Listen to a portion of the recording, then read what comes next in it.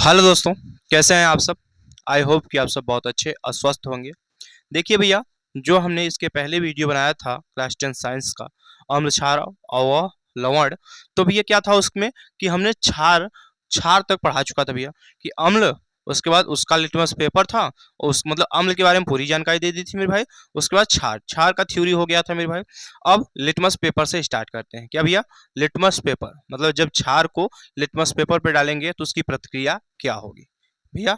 जब हम क्षार को हम लिटमस पेपर पे डालेंगे तो उसकी प्रतिक्रिया क्या होगी, वो हेडिंग आइए देखते हैं। वो टॉपिक क्या है कि भैया जब लिटमस पेपर, भैया क्षार रहेगा, क्षार अगर है आपके पास, वो लिटमस पेपर पे डालेंगे, लाल लिटमस पेपर पे जब डालेंगे भैया तो उसे क्या कर देगा, नीला कर देगा। क्या कर देगा मेरे भाई? नीला कर देगा।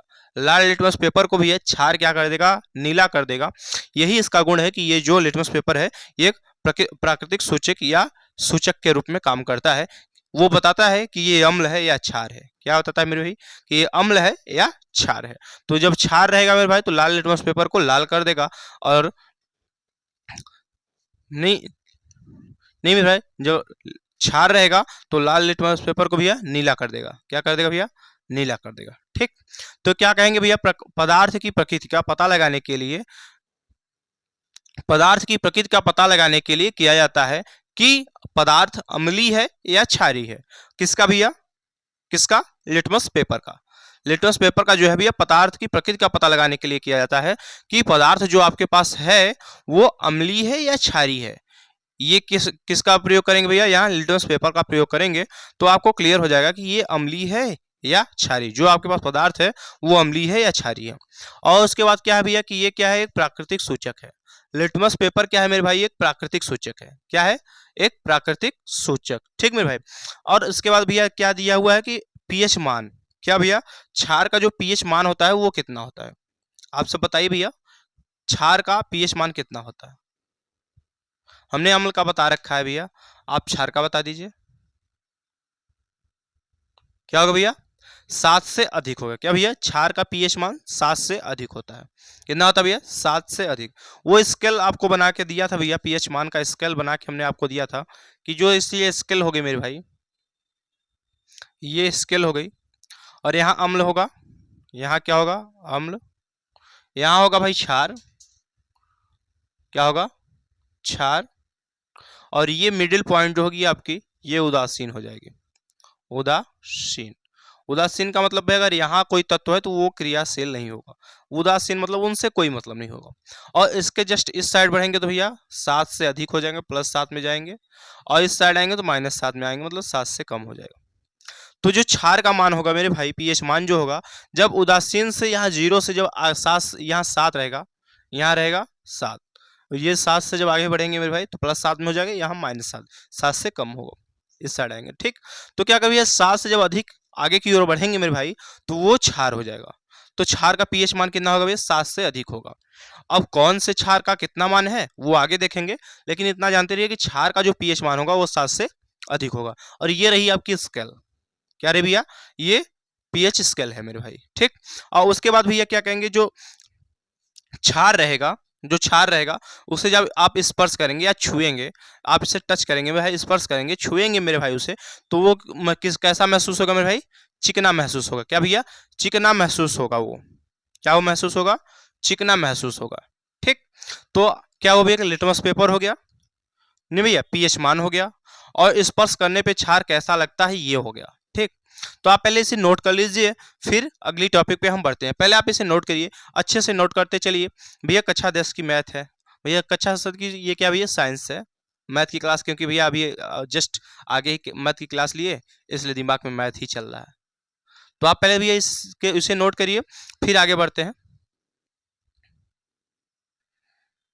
क्या है भाई कि अब देखिए जो है कि सामान्य क्षारों के कुछ सामान्य नाम हैं, उन्हें देख लेते हैं फिर आगे बढ़ते हैं। तो भैया जो क्षार होंगे उनके कुछ सामान्य नाम हैं। तो आपको बोर्ड पे लिखा हुआ दिख रहा होगा भैया कि पहला क्या है मेरे भाई? पहला क्या है? पहला है भैया NaOH। क्या भैया? NaOH मतलब सोडियम हाइड्रोक्साइड। क्या भैया? Sodium hydroxide, NaOH। और फिर दूसरा क्या है मेरे भाई? दूसरा है KOH पोटेशियम हाइड्रोक्साइड। क्या भैया? पोटेशियम हाइड्रोक्साइड KOH ना भैया। तो ये जो दोनों आपके क्षार हैं भैया, कौन कौन से? सोडियम हाइड्रोक्साइड और पोटेशियम हाइड्रोक्साइड।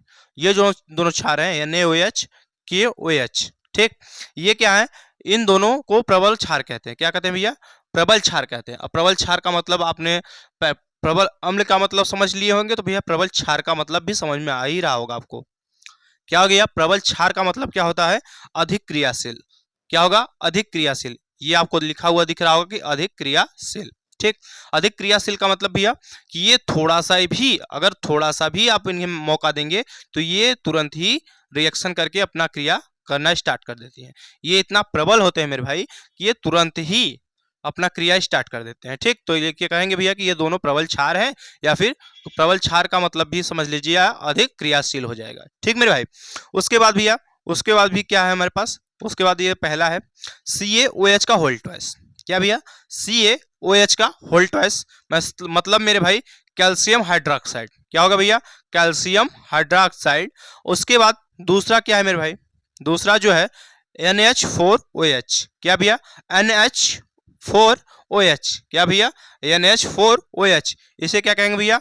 Ammonium hydroxide. क्या कहेंगे? अमोनियम हाइड्रोक्साइड, ठीक। और उसके बाद तीसरा, तीसरा क्या है मेरे भाई? तीसरा है MgOH का होल ट्वाइस। क्या भैया? MgOH का होल ट्वाइस। इसे क्या कहेंगे भैया? Magnesium hydroxide. क्या कहेंगे भैया?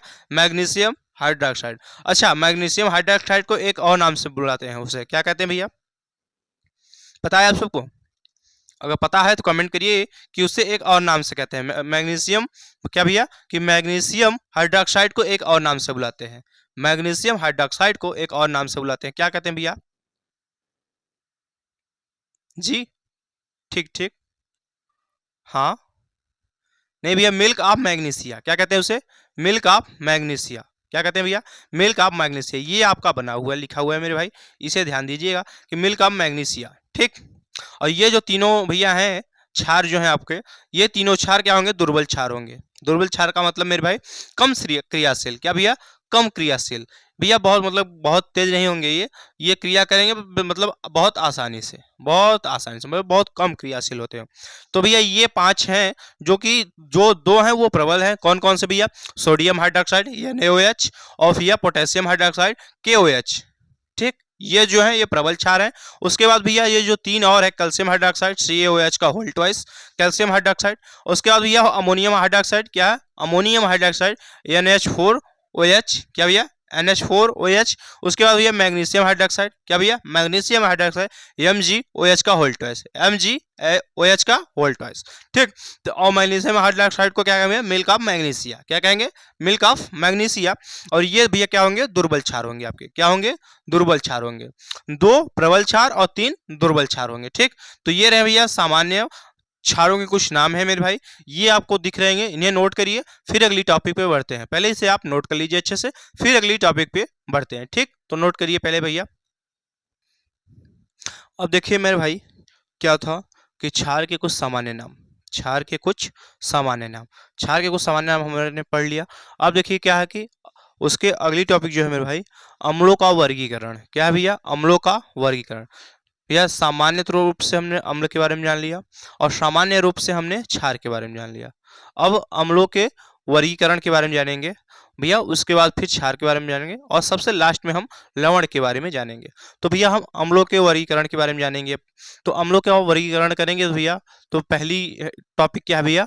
कार्बनिक अम्ल। क्या होगा भैया? कार्बनिक अम्ल, कार्बनिक अम्ल, ठीक। उसे क्या कहेंगे भैया? Organic acid. क्या कहेंगे? Organic acid. वो देखिए भैया क्या होता है? वे पदार्थ जिन्हें हम पेड़ पौधों, किससे भैया? पेड़ पौधों वह जीव जंतु के द्वारा प्राप्त करते हैं। क्या भैया? जो भैया अम्ल होता है, वे अम्ल जिन्हें हम पेड़ पौधों, क्या भैया? पेड़ पौधों से और फिर जीव जंतुओं से प्राप्त करते हैं, उसे भैया क्या कहेंगे? उसे कहेंगे आपका कार्बनिक यौगिक। क्या भैया? कार्बनिक अम्ल कहेंगे, कार्बनिक अम्ल कहेंगे। भैया जो आपने पढ़ा होगा कि बहुत समय पहले जब प्रलय या फिर भूकंप, या फिर जो इतिहास में कहते हैं ना कि बहुत पहले भैया भूकंप आया और जो पेड़ पौधे थे भैया वो दब गए, जो जीव जंतु थे भैया वो भी दब गए। तो 100-2 साल पहले की बात भैया, जब दब गए मेरे भाई तो वही जो है भैया अब सड़ के भैया गल के, मतलब वो वाष्प में बदल के मेरे भैया वो क्या पेट्रोलियम के रूप से हमारे बाहर आ रहे हैं भैया। कुछ तो पेट्रोलियम के रूप से आ रहे हैं, कुछ प्राकृतिक गैस के रूप में आ रहे हैं भैया। ठीक भैया भाई। तो वही जो है मेरे भाई, वही जीव जंतु, वही पेड़ पौधे मेरे भाई, जो क्या भैया सड़ गल के हमें पेट्रोलियम के रूप में भैया जो आपका पेट्रोलियम मिल रहा है ईंधन वो है भैया, और कुछ तो प्राकृतिक गैस जो निकल रही है सीएनजी वो। ठीक, तो इसे क्या कहेंगे, कार्बनिक अम्ल कहेंगे। क्या कहेंगे मेरे भाई, कार्बनिक अम्ल।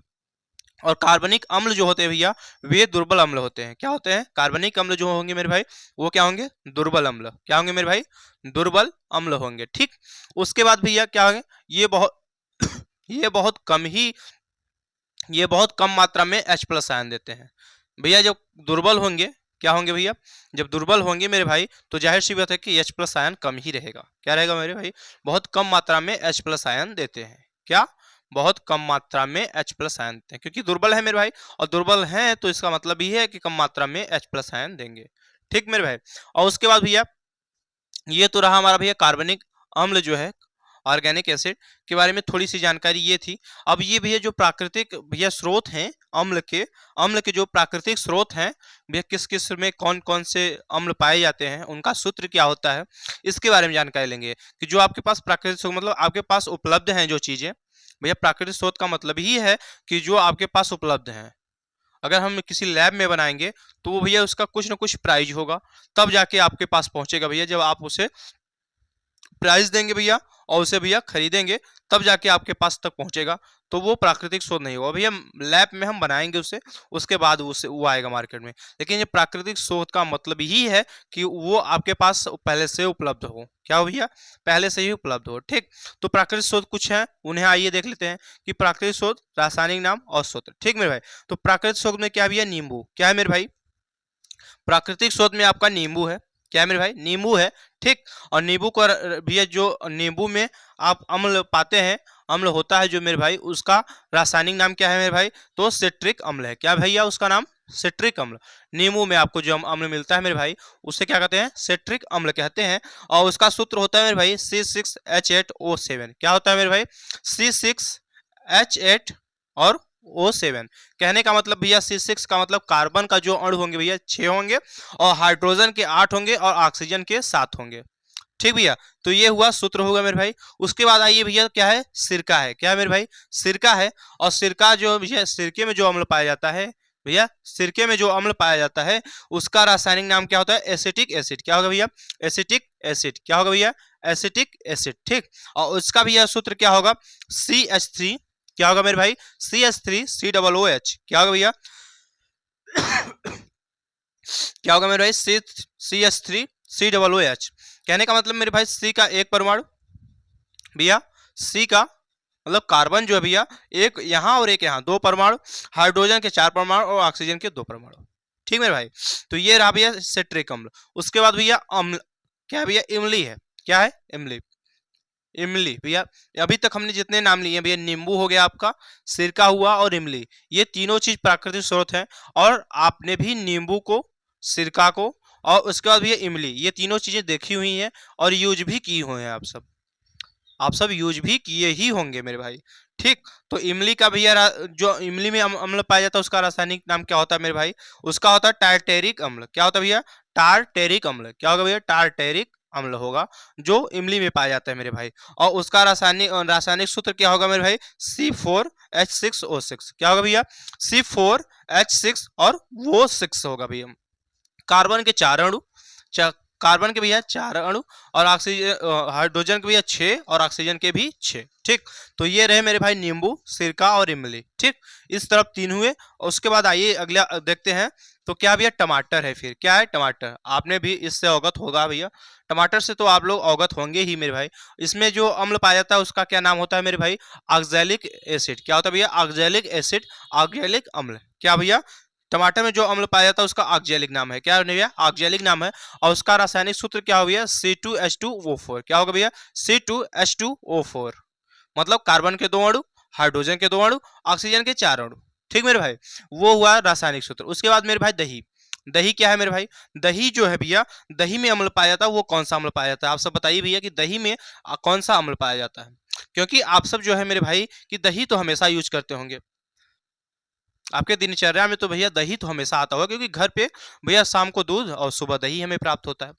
तो दही तो हम प्रतिदिन मिलता ही रहता है मेरे भाई, घर पे अगर दूध है तो दही मिलता ही रहेगा मेरे भाई। तो दही में कौन सा अम्ल होता है, आप सब बताइए कौन सा होता है मेरे भाई जी।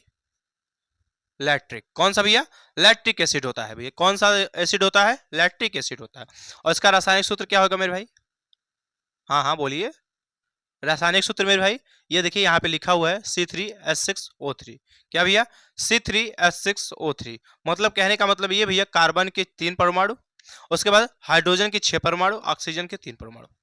ठीक भैया, ये रासायनिक सूत्र हुआ हमारा लैक्टिक एसिड का। ठीक, और ये पाया जाता है किसमें भाई, दही में पाया जाता है। किसमें पाया जाता है भैया, दही में पाया जाता है। उसके बाद भैया आंवला, क्या भैया, आंवला, आंवला में कौन सा एसिड पाया जाता है मेरे भाई, आंवला में कौन सा एसिड पाया जाता है मेरे भाई, कौन सा, स्कार्बिक, क्या भैया, स्कार्बिक एसिड पाया जाता है।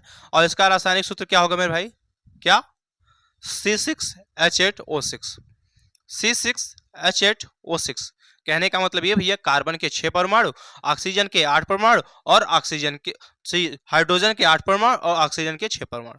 ठीक मेरे भाई, C6H8 और O6। ठीक, उसके बाद मेरे भाई क्या है, सेब, क्या है, सेब। और सेब में कौन सा एसिड पाया जाता है मेरे भाई, मैलिक एसिड, क्या भैया, मैलिक एसिड। और इसका भैया रासायनिक सूत्र क्या होगा, क्या होगा मेरे भाई, C4H6O5, क्या भैया, C4H6O5, मतलब कार्बन का 4 परमाणु, हाइड्रोजन का 6 परमाणु, और ऑक्सीजन के 5 परमाणु। ठीक मेरे भाई, उसके बाद भैया चींटी का डंक, जो चींटियां आपको काट लेती हैं, डंक मारती हैं चींटियां भैया, लाल चींटी होती हैं जो वो काटती हैं, तो देखिए कुछ देर तक वो बहुत मतलब क्या होता है, खजुआने लगता है मेरे, चहचहाने लगता है। ठीक, तो वो क्या होगा भैया, उसमें कौन सा एसिड पाया जाता है, फार्मिक एसिड, क्या भैया, फार्मिक एसिड। ठीक, और फार्मिक एसिड का जो है सूत्र हो वो क्या हो भैया, क्या होगा, CH2O2, क्या, CH2O2, मतलब कार्बन के 1 परमाणु, हाइड्रोजन के 2, और ऑक्सीजन के भी 2 परमाणु। ठीक, तो ये रहे भैया प्राकृतिक स्रोत। कुछ प्राकृतिक स्रोत कौन कौन से भैया, नींबू हो गया आपका, सिरका हो गया, इमली हो गया, टमाटर हो गया, दही, आंवला, सेब, और चींटी का डंक, ये भैया प्राकृतिक स्रोत है। जितने भी प्राकृतिक स्रोत लिखे हैं भैया वो सब आपने देखा होगा। और ये जो चींटी का डंक है, चींटियां कभी न कभी आपको काटी होंगी भैया, इतने बड़े हो गए आप, 15-16 साल के हो गए होंगे भैया, नहीं कुछ तो 15-16 साल के हो गए होंगे। तो इस बीच में एक आध बार तो आपको चींटी काटी हुई, कोई ये नहीं कह सकता कि हमें चींटी नहीं काटी है। तो आप इससे भी अवगत ही होंगे कि चींटी काटती है तो फिर उसमें कौन सा भैया एसिड होता है, फार्मिक एसिड, CH2O2। ठीक मेरे भाई, फार्मिक एसिड CH2O2। ठीक, और जो है सेब में भैया मैलिक एसिड पाया जाता है, और आंवला में स्कैर्बिक भैया अम्ल पाया जाता है, दही में लैक्टिक अम्ल पाया जाता है, टमाटर में ऑक्सैलिक अम्ल पाया जाता है मेरे भाई, और इमली में टार्टेरिक अम्ल पाया जाता है, सिरका में एसिटिक अम्ल, और नींबू में सिट्रिक अम्ल। ठीक, तो ये रहे भैया प्राकृतिक स्रोत जो पाए जाते हैं। और इसमें कौन से अम्ल पाए जाते हैं, ये रासायनिक नाम है उनके मेरे भाई, और ये सूत्र हैं। ठीक, ये प्राकृतिक स्रोत भैया, ये रासायनिक नाम है मेरे भाई, ये सूत्र हैं। और भैया क्या है, कार्बनिक अम्ल क्या है, ये भी हमने आपको बता दिया, वे अम्ल जो पेड़ पौधे व जीव जंतुओं से प्राप्त होते हैं उसे हम कार्बनिक अम्ल कहते हैं। ये बहुत ही दुर्बल होते हैं, ये बहुत कम मात्रा में H+ आयन देते हैं। ठीक मेरे भाई, तो ये पूरा हुआ, और इसे आप नोट करिए, फिर हम अगली हेडिंग पे बढ़ते हैं। पहले आप इसे नोट कर लीजिए मेरे भाई, एकदम साफ साफ लिखा है मेरे भाई, पहले इसे नोट करिए फिर आगे बढ़ते हैं। या स्क्रीनशॉट लेना चाहे तो लीजिए, या फिर वीडियो को पॉज करके आप इसे नोट कर सकते हैं। क्लियर, क्लियर, क्लियर, ठीक है मेरे भाई,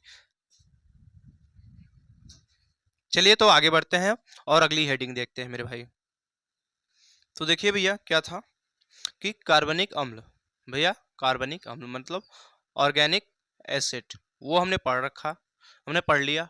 अब अगली हेडिंग जो है मेरे भाई क्या है, खनिज अम्ल। खनिज अम्ल कहने का मतलब ये मिनरल एसिड, क्या है, मिनरल एसिड। भैया क्या कहेंगे, खनिज अम्ल कहेंगे इसे, ठीक। तो ये किसे कहते हैं भैया, कि वे अम्ल जिन्हें हम पृथ्वी पर उपस्थित खनिजों से प्राप्त करते हैं उन्हें क्या कहेंगे, खनिज अम्ल कहेंगे। कहने का मतलब भैया जो हमारे पास खनिज प्राप्त, पृथ्वी पे जो भी खनिज है मेरे भाई, उससे जब हम प्राप्त करेंगे अम्ल तो उसे क्या कहेंगे, खनिज अम्ल कहेंगे। क्या कहेंगे भैया उसे, खनिज अम्ल, ठीक। तो ये क्या भैया, ये प्रबल अम्ल होते हैं। क्या होते हैं भैया, प्रबल अम्ल। एक बात और, जब प्रबल अम्ल होंगे तो अधिक मात्रा में H+ आयन भी देंगे। क्या भैया, अधिक मात्रा में H+ आयन भी देंगे। वे अम्ल जो हम पृथ्वी से प्राप्त करते हैं, वे अम्ल जो हम पृथ्वी पर प्राप्त खनिजों से प्राप्त करते हैं उसे खनिज अम्ल कहते हैं। और ये बहुत अधिक क्रियाशील होते हैं, और ये अब अधिक क्रियाशील होंगे मेरे भाई, अधिक क्रियाशील होंगे, अधिक प्रबल होंगे, तो ये अधिक आयन भी देंगे, तो H+ आयन भी ज्यादा मात्रा में देते हैं, ठीक मेरे भाई। ये तो रहा यहाँ तक भैया। उसके बाद भैया, उसके बाद क्या कहेंगे, NaCl, सोडियम क्लोराइड, फिर उसके बाद सल्फ्यूरिक अम्ल H2SO4। क्या कहेंगे भैया, सल्फ्यूरिक अम्ल। जब क्रिया कराएंगे मेरे भाई तो क्या मिलेगा हमें, क्या मिलेगा, NaHSO4। क्या भैया, NaHSO4 कहने का भैया सोडियम बाई सल्फेट। क्या मिलेगा भैया, सोडियम बाई सल्फेट, ठीक। NaHSO4 और प्लस का क्या भैया, गैस के रूप में मिलेगा HCl। क्या भैया, HCl, ठीक। उसके बाद मेरे भाई क्या कहेंगे कि ये जो खनिज अम्ल है, ये जो दिख रहा भैया, ये खनिज अम्ल के ही उदाहरण है, खनिज अम्ल के ही उदाहरण है। क्या भैया, खनिज अम्ल के, मतलब बहुत प्रबल होते हैं भैया ये। क्या होते हैं, ये प्रबल होते हैं, ठीक। तो ये रहा एक। और उसके बाद क्या है मेरे भाई, कि जब HCl, मतलब जो HCl को आप जल में घोलेंगे, क्या भैया, जल से क्रिया कराएंगे तो वो द्रव के रूप में HCl प्राप्त होगा। क्या होगा भैया, द्रव के रूप में HCl प्राप्त होगा, ठीक। उसके बाद भैया HCl को जब टूटता है मेरे भाई, जब HCl टूटता है तो उसमें क्या क्या लिखेंगे भैया, पहले का H+ आयन निकलेगा और Cl- होगा। क्या होगा भैया, H+ आयन निकलेगा और Cl- में रहेगा। तो हम क्या कहते हैं, खनिज जो है, मतलब अम्ल जो होता है वो क्या देता है भैया, H+ आयन देता है, तो H+ आयन रहेगा और Cl- में रहेगा, ठीक। ये क्लियर हुआ। उसके बाद मेरे भाई क्या होगा कि जो H2SO4 है, सल्फ्यूरिक अम्ल, जो H2SO4 है मेरे भाई, वो क्या देगा, वो देता है मेरे भाई 2H+ आयन। क्या होगा भैया, 2H+ आयन, मतलब दो, भैया क्या होगा, 2+ आयन देगा मेरे भाई, 2H+ आयन, और प्लस का SO4 माइनस का 2। क्या भैया, माइनस का 2। ये रहे। उसके बाद भैया क्या है, ये HNO3, ये जब टूटेगा मेरे भाई तो H+ आयन देगा और प्लस H+ आयन देगा, उसके बाद NO3- में रहेगा। क्या रहेगा भैया, H+, उसके बाद NO3- में रहेगा। तो ये रहे भैया खनिज अम्ल हुआ मेरे भाई। अम्लों का वर्गीकरण में भैया क्या हुआ, कार्बनिक अम्ल और खनिज अम्ल। खनिज अम्ल वे होते हैं भैया जो पृथ्वी पर उपस्थित खनिजों से प्राप्त होते हैं, उन्हें खनिज अम्ल कहते हैं। ये बहुत प्रबल अम्ल होते हैं और ये बहुत अधिक मात्रा में H+ आयन देते हैं। क्या भैया, ये बहुत अधिक मात्रा में H+ आयन देते हैं, ठीक मेरे भाई। तो ये रहे, इससे पहले आप नोट करिए, फिर आगे बढ़ते हैं। पहले इसको भैया बहुत अच्छे से आप नोट कर लीजिए, या वीडियो को पॉज करके पहले उसे लिख लीजिए या स्क्रीनशॉट ले लीजिए, जो भी करिए, लेकिन पहले से अपने नोटबुक में नोट करिए, फिर आगे बढ़ते हैं। देखिए भाई, कार्बनिक अम्ल हो गया भाई मेरे भाई, और क्या हुआ, और क्या हो भैया, खनिज अम्ल हो गए। अब उसके बाद हमने एक क्वेश्चन लिया भैया, उसका आंसर आप सब बताइएगा कि क्या होगा। तो क्वेश्चन है मेरे भाई, निम्न में से कौन सा दुर्बल अम्ल है। क्या भैया, निम्न में से कौन सा दुर्बल अम्ल है, और अम्ल कौन कौन सा है भैया। पहला है HCl। क्या भैया, HCl। दूसरा है HNO3, और तीसरा भैया भैया CH3COOH। क्या भैया, CH3COOH, ठीक मेरे भाई। और इसका भैया सल्फ्यूरिक अम्ल है। क्या भैया, सल्फ्यूरिक H2SO4। क्या भैया, H2SO4, ठीक। तो आप बताइए भैया कि कौन सा दुर्बल अम्ल है, कौन सा दुर्बल अम्ल है। अभी हमने अम्लों के बारे में बताया है। अगर अभी हमने अम्लों के बारे में बताया है तो आप क्लियर हैं कि आप तुरंत बता सकते हैं कि कौन सा दुर्बल अम्ल है और कौन सा प्रबल अम्ल है। आपके पास 4 अम्ल हैं, इनमें से दुर्बल और प्रबल बताना है। तो बताइए भैया, HCl क्या होगा, HCl कौन सा अम्ल होगा। हमें दुर्बल पूछ रहा है, हमें टिक करके आगे बढ़ना है, लेकिन हमें पास जब 4 हैं तो हम भाई बताइए कौन सा इसमें दुर्बल होगा और कौन सा प्रबल होगा। HCl होगा भैया, ये प्रबल अम्ल होगा। क्या होगा, प्रबल प्रबल होगा। और जो HNO3 है ये भी प्रबल होगा। क्या होगा? ये भी प्रबल होगा। और भैया H2SO4 ये तो सार्वजनिक सत्य भैया कि प्रबल ही होगा। क्या होगा? प्रबल ही होगा। तो अब बचा कौन सा मेरे भाई? सिर्फ ये बचा है। ये क्या होगा मेरे भाई? दुर्बल होगा। क्या होगा ये? दुर्बल। और हमें क्या पूछ रहा था? निम्न में से कौन सा दुर्बल अम्ल है? तो हमें सिर्फ यहाँ टिक करना था और हमारा एक नंबर बन जाता। हमें सिर्फ टिक करना था मेरे भाई और एक नंबर बन जाता।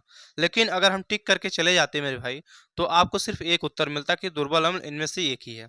इस तरह भैया अब क्या हुआ कि आपको 4 ऑप्शन है और चारों के उत्तर मालूम है कि ये प्रबल है, ये भी प्रबल है और ये भी प्रबल है, ये दुर्बल है। अब क्या पूछ लेगा भैया? अब इसी में से अगर प्रबल पूछ लेगा तो आप जाहिर सी बात है तीनों प्रबल हैं, तुरंत आपको पता हो जाएगा कि भैया ये प्रबल अम्ल है, ठीक, और ये दुर्बल है। तो ये क्वेश्चन से हमने 3 क्वेश्चन और तैयार किए। ठीक भैया, अगर टिक करके चले जाते हो तो 1 नंबर आपको बनता और ऐसे क्या भैया कि 3 नंबर और तैयार हुए। अगर पूछेगा तो 3 क्वेश्चंस और तैयार होके आपके पास आए। तो इसे भी नोट करिए फिर आगे बढ़ते हैं। ठीक है मेरे भाई? ठीक है मेरे भाई? अब क्या है कि यहाँ तक क्लियर हुआ। अब जो है अम्लों के जो रासायनिक गुण होंगे मेरे भाई वो आपको बताएंगे नेक्स्ट वीडियो में। आज तक के लिए इतना ही। वीडियो अच्छा लगा हो तो वीडियो को लाइक और चैनल को सब्सक्राइब कर लीजिएगा और अपने दोस्तों तक शेयर करना ना भूलें। ठीक है, तब तक स्वस्थ रहिए, मस्त रहिए। मिलते हैं नेक्स्ट वीडियो में, तब तक के लिए जय हिंद, जय भारत।